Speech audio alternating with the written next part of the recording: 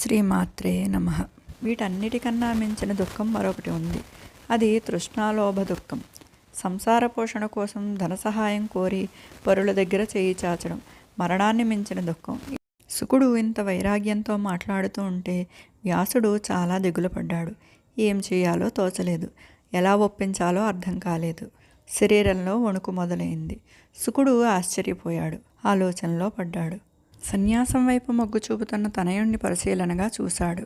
అరణీగర్భ సంభవ, నేను దేవీ భాగవతం రచించాను. అది ఒకసారి చూడు. పెద్ద గ్రంథమేమీ కాదు, కేవలం 12 స్కందాలు. కానీ అన్ని పురాణాలకు అది తలమానికం. దాన్ని వింటే చాలు, సదసద్వివేకం కలుగుతుంది. వటపత్రం మీద పసిబాలుడై పడుకున్న విష్ణుమూర్తికి నన్ను ఎవరు ఇలా చేశారు, ఎందుకు చేశారు, దేనితో చేశారు అనే సందేహాలు వచ్చాయి. వీటిని ఎవరు తీరుస్తారా అని ఎదురు చూస్తూ ఉండగా జగజ్జనని ఆదిపరాశక్తి శ్లోకంలో సగభాగంతో సమాధానం చెప్పింది. ఇదంతా నేనే, నాకన్నా సనాతనం లేదు అంది.